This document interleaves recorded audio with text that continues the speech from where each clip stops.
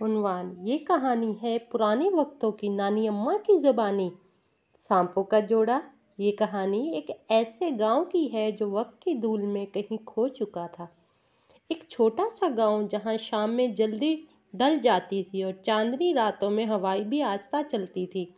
ہر شام گاؤں کے بچے ایک ہی جگہ جمع ہو جایا کرتے تھے، نانی اماں کے آنگن میں۔ نانی اماں ایک بہت پیاری نرم دل بوڑھی خاتون تھی، جن کے چہرے کی جھریاں صدیوں پرانی کہانیوں کی گواہ تھی۔ ان کی آواز میں ایک ایسا جادو تھا جو بچوں کو پلک جھپکتے بھی نہیں دیتا تھا۔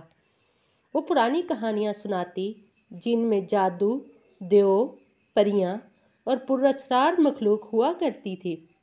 ایک شام جب آسمان پر ہلکا سا بادل چھایا ہوا تھا، نانی اماں نے سب بچوں کو پاس بلایا اور بولی، آج میں تمہیں ایک سچی کہانی سناؤں گی، ایک ایسی کہانی جس کے بارے میں تم نے کبھی سوچا بھی نہیں ہوگا۔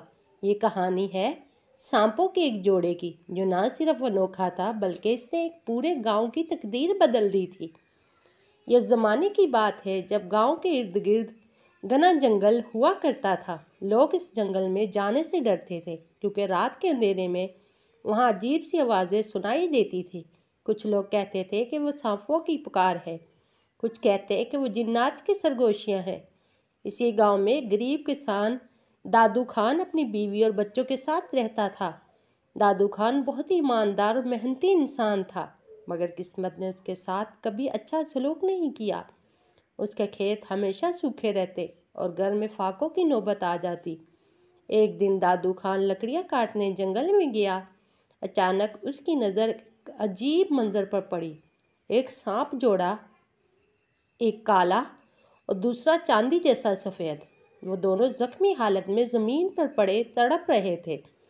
دادو خان نے اپنے دل کی آواز سنی اور دونوں کو اپنے کپڑے میں لپیٹ کر گھر لے آیا۔ دادو خان اور اس کی بیوی نے بڑی محبت سے ان دونوں زخمی سانپوں کی دیکھ بھال کی۔ چند دنوں میں دونوں سانپ ٹھیک ہو گئے۔ ایک رات جب سب سو رہے تھے، دادو خان کو خواب میں وہی سانپ جوڑا نظر آیا۔ سفید سانپ نے انسانی آواز میں کہا، دادو خان، ہم کوئی عام سانپ نہیں ہیں، ہم راج ناگ اور راج نگین ہیں، سانپوں کے بادشاہ اور ملکہ۔ تم نے ہماری مدد کی، اس لیے ہم تمہیں انعام دیں گے۔ تمہارا ہر کھیت ہرا بھرا ہو جائے گا اور تمہارے گھر میں کبھی فاقہ نہیں ہوگا، لیکن ایک شرط ہے، کبھی کسی کو ہمارے بارے میں مت بتانا۔ دادو خان نے وعدہ کر لیا۔ اگلی صبح جب وہ جاگا تو اس کے کھیتوں میں سبزہ لہرا رہا تھا اور گھر میں غلے کی بوریاں پڑی ہوئی تھی۔ گاؤں کا زمیندار بہادر خان جب دادو خان کی خوشحالی دیکھنے لگا تو اس کے دل میں حسد پیدا ہو گیا۔ اس نے دادو خان سے پوچھا، یہ سب دولت کہاں سے آئی؟ دادو خان نے وعدہ یاد کرتے ہوئے خاموشی اختیار کی، مگر بہادر خان نے نوکروں کو پیچھے لگا دیا۔ ایک رات بہادر خان نے دادو خان کے آنگن میں سانپوں کا جوڑا دیکھ لیا۔ لالچ میں اندھا ہو کر بہادر خان نے انہیں پکڑنے کی کوشش کی، مگر جیسے اس نے ہاتھ بڑھایا، کالا سانپ سیدھا اس کی طرف لپکا اور ڈس لیا۔ اگلے ہی لمحے بہادر خان زمین پر گرا اور مرتے وقت تک تڑپتا رہا۔ اس واقعے کے بعد گاؤں میں خوف کی لہر دوڑ گئی۔ لوگ کہتے ہیں کہ سانپوں نے بدلہ لیا ہے، مگر دادو خان اب بھی مضبوط تھا کیونکہ اس نے اپنی زبان بند رکھی تھی۔ نانی اماں نے سرگوشی میں کہا، بچوں، سانپ عام مخلوق نہیں ہوتے۔ اگر تم ان کی عزت کرو تو یہ تمہارے محافظ بن جاتے ہیں، لیکن اگر تم ان کے ساتھ برا کرو تو ان کا انتقام بہت خطرناک ہوتا ہے۔ سالوں گزر گئے، دادو خان کی نسلیں خوشحال رہی، لیکن اس نے کبھی سانپوں کے راز کو کسی کے ساتھ نہیں بانٹا۔ کہا جاتا ہے کہ راج ناگ اور راج نگین آج بھی اس جنگل میں رہتے ہیں اور اس کے خاندان کی حفاظت کرتے ہیں۔